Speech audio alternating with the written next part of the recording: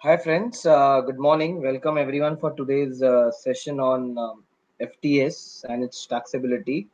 Last week we had seen the implication of the term royalty and how the taxability there in Income Tax Act as well as the various treaties. So today we will decipher on the term FTS. What exactly is the meaning? What is the position in Income Tax Act? Also in treaties, the relevance of make allowable clause and a few illustrations and judicial proceedings. Research. I would like to give Harish for preparing this presentation.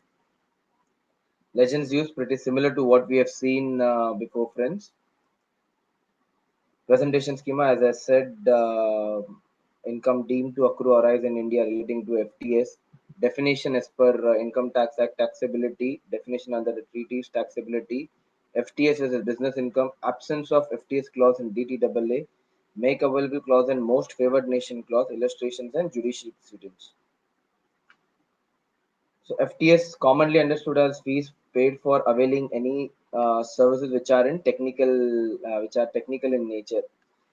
In most of the treaties, FTS provisions are contained along with the provision of royalty that is in Article 12. However, UN Model Convention has inserted Article 12A in 2017, which separately deals with FTS. In certain treaties, FTS is also referred as fees for included services like India, US, DTAA. It specifically says fees for included services. As per Section 917, FTS income shall be deemed to accrue or arise in India in the following situations. One, if the FTA is payable by the government to a non-resident, squarely it will fall within the ambit of Section 917. If FTS is payable by a resident to a non-resident, except where the services are utilized in a business or profession carried on by such person outside India, that is the payer, or for the purpose of making or earning any income from any source outside India, where FTS is payable by a non-resident to a non-resident. Only fees payable are in respect of services utilized in a business or profession carried on in India or for earning any income in India. So this taxability is similar to what we have seen last week in relation to royalty, friends.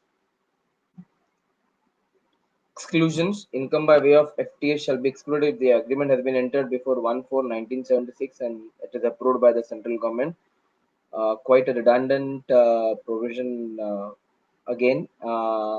Explanation 1 to the exclusion, it says if the agreement is made on or after 1/4/1976, but if the proposals were approved by CG before 1/4/1976, it would be regarded as agreement entered before 1/4/1976 and hence FTA shall not be taxable. Definition as per Income Tax Act, any consideration, be it lump sum consideration or piece by piece consideration, except for consideration received for construction activities, assembly activities, mining or like project undertaken by recipient, or consideration which are chargeable as salary. So apart from these four, any consideration which are for the purpose of rendering any managerial, technical services, consultancy services, or provision of services or technical or other personnel. So if consideration is relating to these services, then it would be regarded as fees for technical services. We'll decipher each and every aspect of FTAs. The term managerial, technical, and consultancy has not been specifically defined under the Income Tax Act. However, Supreme Court in the case of GVK Industries has said that general and common usage of the word has to be understood at normal common parlance while interpreting the ambit of the term FTS. So now let us see generally what these term or terminologies mean. The term managerial services has been discussed in several judicial precedents. In case of Intertech Testing Services India Private Limited, the term managerial relates to manager or management. Further, a manager is a person who manages an industry or business or who deals with administration or a person who organizes other people's activity. So this would be regarded as managerial services. In R. Dalmia case, it was said the term management includes the act of managing by direction or regulation or superintendence. In Linde AG versus ITO, it was held by Mumbai ITED that managerial service entails adoption and execution of various policies of an organization and is of permanent nature for the organization as a whole. Credit Lyoness versus ADIT, it was held. Managerial services essentially involves controlling, directing, or administering the business. When one talks of rendering managerial services in relation to some activity, it is the management of such overall activity. So, friends, with the precedents given in law, we can figure out what exactly managerial services would be regarded as. Technical services. Technical services including a range of services involving technical knowledge, assistance in technical operations, maintenance, and other support in technical matters. Again, there are various precedents which have confirmed what exactly would be the meaning of technical services. Kotak Securities Limited, it was held that services which are specialized, exclusive, and customized to user consumer qualifiers fees for technical services. Technical services like managerial consult would denote seeking of services to cater to the special needs of the customer. In the case of Expeditors International India Private Limited, payment for fees of for standard services, that is cellular network, VSAT linking, use of internet bandwidth is not in the nature of FTS. The mere fact that the service provider has installed sophisticated equipment does not itself make it access. So, friends, only installation of sophisticated equipment will not suffice.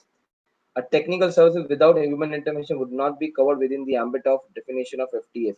So, for the purpose of technical service definition, human intervention is mandatory, friends. Provision of only sophisticated equipment or a technical service without human intervention would not be regarded as FTS. ATOS information versus DCIT. Payment towards data processing involve provision of a standard facility without any human intervention would not constitute FTS. Now let us focus on the term consultancy services. Black's Law Dictionary 8th edition defines consultation as an act of asking the advice or opinion of someone, such as a lawyer. Based on the definition, the Honorable Supreme Court in GVK observed the consultation means a meeting in which a party consults or confers, and eventually it results in human interaction that leads to rendering of advice. Consultancy service may overlap the categories of technical and managerial services to the extent the latter type of services are provided by a consultant. So, consultancy service would subsume the technical and managerial services as uh, these services are provided by a consultant. Bharti Cellular Limited, the word consult is a derivative of the word consult, which entails deliberations, considerations, conferring with someone, conferring about or upon a matter. Again, in Intertech testing services, it was held advisory services which merely involve discussion and advice of routine nature or exchange of information cannot appropriately be classified as consultancy services. So, advice relating to a routine nature of business again would not tantamount to consultancy service. An element of expertise or special knowledge is required for any services to be regarded as consultancy service. Lay Passage to India Tours and Travels Private Limited. Consultancy should be rendered by someone who has special skills and expertise in rendering such industry. Provision of services of technical or other personnel. In simple terms, the provision of services of technical or other personnel amounts to rendition of technical services. In this case, the service provider makes available the services of the personnel to the recipient of the services. Thus, services would be covered under FTS as per the Act, irrespective of whether these personnel renders managerial, technical, or consultancy service. So, friends, provision of services of technical or other personnel when, say, a firm, if at all it has to provide a services, a consultancy or a FTS or technical services or a managerial services, it does not directly provide that services, but provides through its personnel or through its employees. That also would fall within the ambit of FTS, friends. Distinguishment between provision of services of technical or other personal and arrangement of provision of personnel. So, friends, there is a difference between provision of services of personnel and provision of personnel in the recruitment agency. Classic example where the arrangement between the parties such that agency assists the other party in recruiting the other personnel, and the role of recruitment ends once the personnel are hired. So, friends, in recruitment, a person would be hired. So, recruitment agency will seek for a person, will provide that to a company or a firm who requires that person, and that's it. The job would be done. Then that person would be on the rolls of the company of the firm. This would not be regarded as provision of services of technical or other personnel, and hence would not tantamount to fall within the definition of FTS. The recruitment agency is paid for providing personnel, not for the services of personnel, and thus not FTS.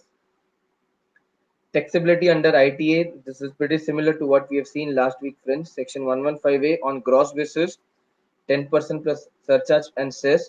Section 44DA, if the FTS income is effectively connected to a permanent establishment or fixed place of profession in India, then it would be allowed on net basis. Net basis meaning all the expenditure relating to such PE or fixed place would be allowed for deduction. However, amount paid by PE to its head office and amount which are not wholly and exclusively incurred for the business of PE would not be allowed for deduction. Uh, Form 3CE needs to be filed. That is the audit report which the non-resident would be required to mandatorily file. Tax rate again would be 40% plus applicable surcharge and education cess. So this is relating to FTS received by non-resident from government or Indian concern. These are the provisions. If the FTS is received by non-resident from again a non-resident, the applicable rate would be 40%. However, in such a scenario, the benefit of net basis of taxation would be available, squarely available in case of non-resident giving payment of FTS to another non-resident. Concept of effectively connected. Again, the term effectively connected is not defined under the Act. In general, FTS income would be considered to be effectively connected with a P or fixed base if the technical services are closely related or to connected with the P, or if the business activities are similar to those carried out through the P. So if these are the scenarios, then it shall be regarded as effectively connected. PE should have some role in carrying out technical service and not when PE is set up for a completely different purpose. PE should be engaged in performance of technical services or should be involved in actual rendering of services. Mere PE or having a PE or fixed place would not suffice. PE should actually get involved in provision of services for that to be effectively connected, or that to fall within the ambit of effectively connected. Withholding of tax, section 195. 195 requires deduction of tax. Again, as we have seen, friends, in royalty session as well, 10% if paid by the government or Indian concern, 40% in any other cases. Under the treaty, as we have seen, friends, Article 12A is recently inserted in 2017. Till then, it was not uh, regarded or it was not specifically considered. It was falling with the article of royalty. Similar to again provisions of royalty, FTS arising in a contracting state paid to a resident of other contracting state. Again, so first preliminary right of or the primary right of taxation would be with the residence, the country of residence. However, it can be the country of source also can, the secondary right would be available to the country of source as well, considering the beneficial ownership, if it does not exceed the percentage established. So there are various percentages of beneficial ownership. If that it does not exceed, then country of source will have a right to tax such FTS. Again, differs, the percentage of beneficial ownership differs from treaty to treaty. Article 12A3, meaning of the term FTS. 12A4, similar to 12.4 of royalty, if it is effectively connected to or to a business or to a P, then it shall be regarded as business income, and Article 7 read with Article 5 would be considered for the purpose of taxability.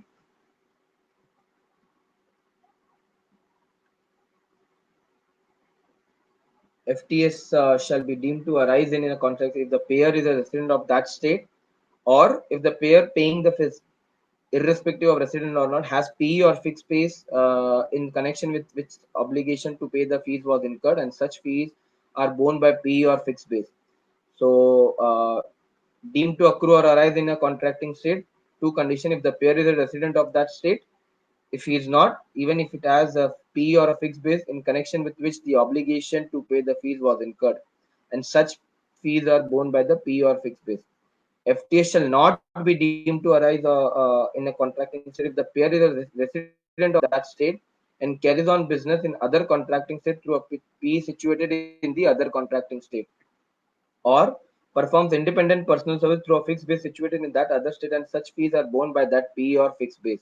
So, friends, please be clear, if the payer is not a resident of a contracting state but has a P in another contracting state, then it will be regarded as taxability in other contracting state.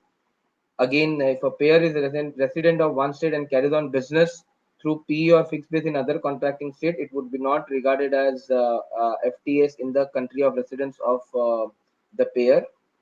Article 12A7, where reason of a special is when there are transfer pricing provisions applicable. This provisions of FTS mentioned in 12A would apply only to the extent of amount which is not in excess. Say again, same example, if there is transaction of FTS of 100, but the arm's length says it's only 80. The provisions of 12A would apply only to 80. The excess amount shall be taxable, that is 20 shall be taxable as the laws of respective contracting states, as the case may be. Summary of Article 12A, just a summary of what we have discussed previously. Beneficial ownership, the concept again is one of the safeguards provided in DTAA, not defined anywhere in DTAA. Again, Professor Klaus Vogel has explained beneficial ownership is he who is free to decide whether or not capital assets should be used or made available for use by others, or how the yields therefrom should be used, or both. Article provides that such income shall be taxable in the state of which the beneficial owner of the income is. The concept of beneficial owner is also used to grant the benefit of reduced treaty rates. Similar provisions to what we have seen in royalty session. Meaning of FTS as per UN Model Tax Convention. The term fees for technical services means any payment in consideration for any service of managerial, technical, or consultancy nature, except the payment is made to an employee. So, employee payment, that is again charged in the salaries, or for teaching in an education institution, or for teaching by an education institution, or by an individual, or services for the personal use of an individual. So, salary payment by or to an education institution for the purpose of teaching, or by an individual, payment is made by an individual for personal use. If that is the case, then FTS shall not be taxable as per UN Model Tax Convention. However, personal use has not been categorically excluded in the definition which is provided under Income Tax Act. So again, a shelter can be taken under DTAA if the services are in personal nature. Taxability under the treaties. Under DTAA, again, similar to royalty, if FT is not attributable to P in India, would be taxable on gross basis, ranges from 10 to 15%. But again, India taxes FTS on a net basis.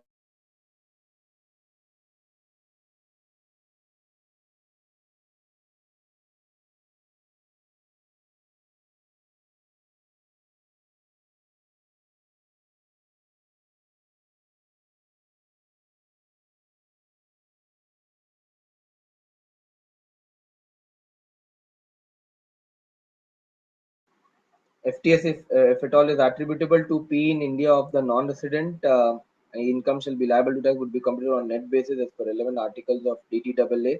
Applicable tax rate would be 40%. Article 7 read with Article 5 would come into force. FTS versus business income. Again, if FTS is effectively connected to a P of the recipient, then it shall be covered under Article 7. There has to FTS has to arise in a contracting state. The beneficial owner is a resident of other contracting state. Such beneficial owner carries on business in the state of source through P or through fixed base. If TS is paid is effectively connected with such PE or fixed base. Again, the above conditions are cumulative, so not a single condition. All the condition needs to be satisfied for Article 7 to come into picture. Absence of article on FTS in DTW. This is very interesting, friends. If there is no clause of FTS in the DTW, say for example, India Philippines DTW does not have a specific clause of FTS. So what will happen in such a scenario? There are three views. In the absence of FTS clause, the income would be governed under the article business profits and would be taxable in India only if the taxpayer had a P in India. Fairly clear that if no FTS, you have to then check for business income. If P is there, then business income would be taxed in India. In the absence of, so this was again confirmed in the case of Viceroy Hotels. Second view, in the case of Lanka Hydraulic Institute Limited, in absence of FTS clause, the taxability of the income needs to be read under the other income article. That is, if FTS is not specifically mentioned, there is residuary clause, like how we have income from other sources in income tax. That similar residuary clause is available in Article 22 or 23, as the case may be of DTAA. That needs to be seen, which is again fairly correct. If the DTAA is silent on a particular type of income, such income cannot be automatically construed as business profits, and reference should be made to the provisions of the Act. So the first case we saw business income, second other income, third it is giving right to the Income Tax Act or to the provisions of the Act to take the ownership for taxing such income if FTS clause is not mentioned. Logically, it has to go in a manner like if no FTS, then we have to see for business income. If no business income, if there is no business income taxability on the basis of no P, then we have to see for residuary clause of FTS, residuary clause of other income. If it is not falling within the ambit of other income, then there would be not taxability at all. FTS article not embracing managerial services. In some DTAAs, the scope of the FTS include only technical and consultancy services and does not embrace managerial services. That is India USA DTAA. In case the services do not qualify as technical or consult, it is possible to take a position the payment is not covered. Thus, the same qualifies as business income under Article 7 and would be taxed only if the knowledge has a P in India. So, if there are transactions between India and US relating to fees for say managerial services is not specifically covered in fees for included services definition because it only covers technical consultancy. A call can be taken that it would not fall within the ambit of Article 12, and if not, then we have to see taxability as per Article 7 read with Article 5. If there is no taxability of business income, then it shall not fall within the ambit of any taxation. Make all will clause and most favored nation clause. So make all will clause, friends, in India, Singapore DTAA, India UK DTAA, India US DTAA. What it's mentioned is if the provider of services, along with when he's providing the services, if there is transfer of knowledge as well, to an extent that in future, if the recipient needs such type of services, he would not call that particular consultant or professional, or he would not call anyone else, and there would be or he would sort that issue or on his own. So if this clause is being satisfied, then only FTS would be taxed. This is what is the case in various DTAAs with the USA, UK, Singapore, Netherlands, Cyprus. So if there is no satisfaction of FTS clause, then there is no taxability. Mere rendition of services does not fall within the gamut of expression make out unless the following conditions illustrative are fulfilled. The technical knowledge remain with the person receiving the services even after the agreement comes to an end. The technical knowledge or skills of the provider are imparted to the recipient. The recipient is in a position to deploy similar skills or technical or techniques in future without the aid or assistance of the service provider. The technical information which is imparted remains at the disposal of the recipient for taking benefit therefrom. So, if along with services, the technical knowledge is also provided, which the recipient can use it in future, then make all clause would be satisfied, and then only taxability would occur. Otherwise, not. The expression make or break has not been defined in any of the DTAA except for the India US DTAA, which is mentioned as follows. Generally speaking, technology will be considered made available with the when the person acquiring the service is enabled to apply the technology. The fact that the provision of the service may require technical input by the person providing the service does not per se mean that technical knowledge, skills, etc. are made available to the person purchasing the service within the meaning of paragraph 4b. Similarly, the use of product which embodies technology shall not per se be considered to make the technology available. Sorry, friends. Similar to what we have explained before. Examples of FTS income under Make or Break clause: architectural services, computer software development, biotechnological technical services, exploration of or exploitation of mineral oil or natural gas, consultancy services in relation to review of hydrocarbons. So these are just examples. The list is not exhaustive. There can be any service if transacted with these countries. If there is no satisfaction of Make or Break clause, FTS would not be taxed. So now we will see what is the meaning of most favored nation clause. Most favored nation status is an economic position in which a country enjoys the best trade terms given by its trading partners. General terms that MFN clause can contain the lowest possible trade tariffs, least possible trade barriers, highest import quotas. But when it comes to, again, this is within the WTO member countries.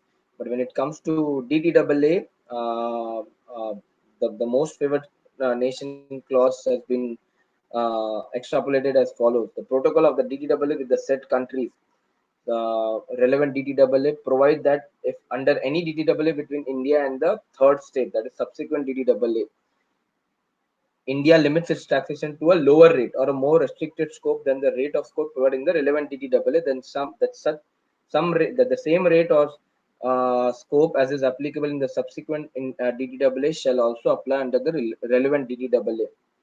So let's try to understand with the help of an example. Say, for example, India and France DTAA was entered, say, in 1989 with a clause stating that FTS would be or say uh, independent personal services would be taxable at the rate of 15%. Consider a scenario wherein the tax rate is not, say, as of now, assume there is no tax rate of 10% in Indian income tax.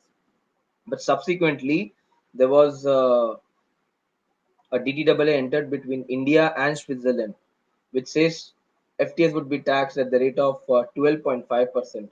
So, if such restricted taxability has been provided in subsequent DTAA, 12.5% can be applied in India France DTAA as well, as long as both France and Switzerland and India, all three are WTO countries, and there is MFM clause mentioned in both of the DTAAs.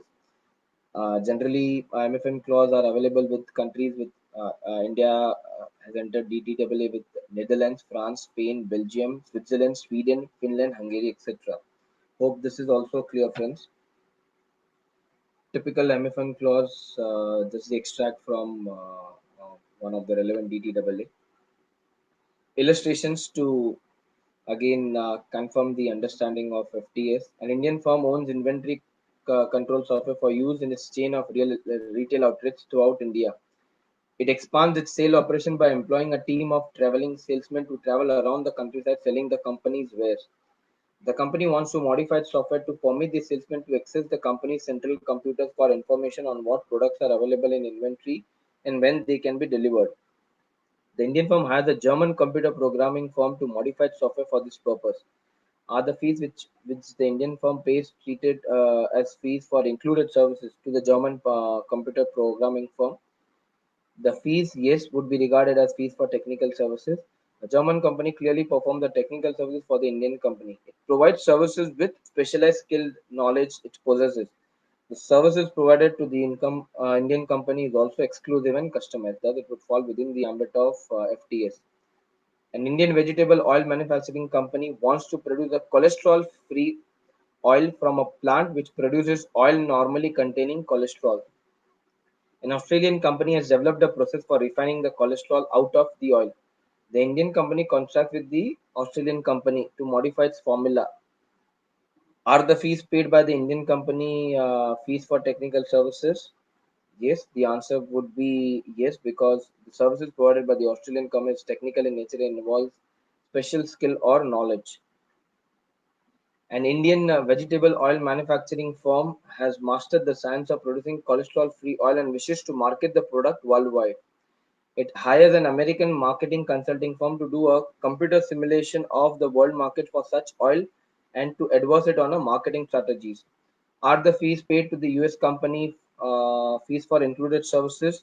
The answer would be no, friends, because here there is no make available clause being satisfied. So while providing services, the American company is not providing any or not transferring any technical knowledge or imparting any specialized skill to the Indian company, and thus in such a scenario, it would not fall within the ambit of fees for included services. Couple of judicial precedents to understand the position of law with regard to FTS. Assessee company provides services to its Indian subsidiary. Assessee is in Netherlands and provides services to an Indian subsidiary and receives a consideration. AO levies addition in stating that the service is inclusive of managerial, technical, and consultancy services made available, technical knowledge, know-how, experience, etc. Covered by Article 12, India Netherlands DWS fees for technical services. RCC appeals to the CIT appeals and CIT appeals confirms services are managerial in nature and not FTS. Further supporting growth of group company, making available technical know-how is not there. So there is no supporting which confirms that there is transfer of knowledge. Analysis of make or bill clause. Recipient of service is in a position to derive enduring benefits out of utilization of knowledge. Such knowledge of know-how must remain with the recipient for independent usage. Thus, it was held services like information technology, RD, strategic purchasing service were also provided along with the services under consideration. However, the core activity of it appears to be in the nature of managerial services.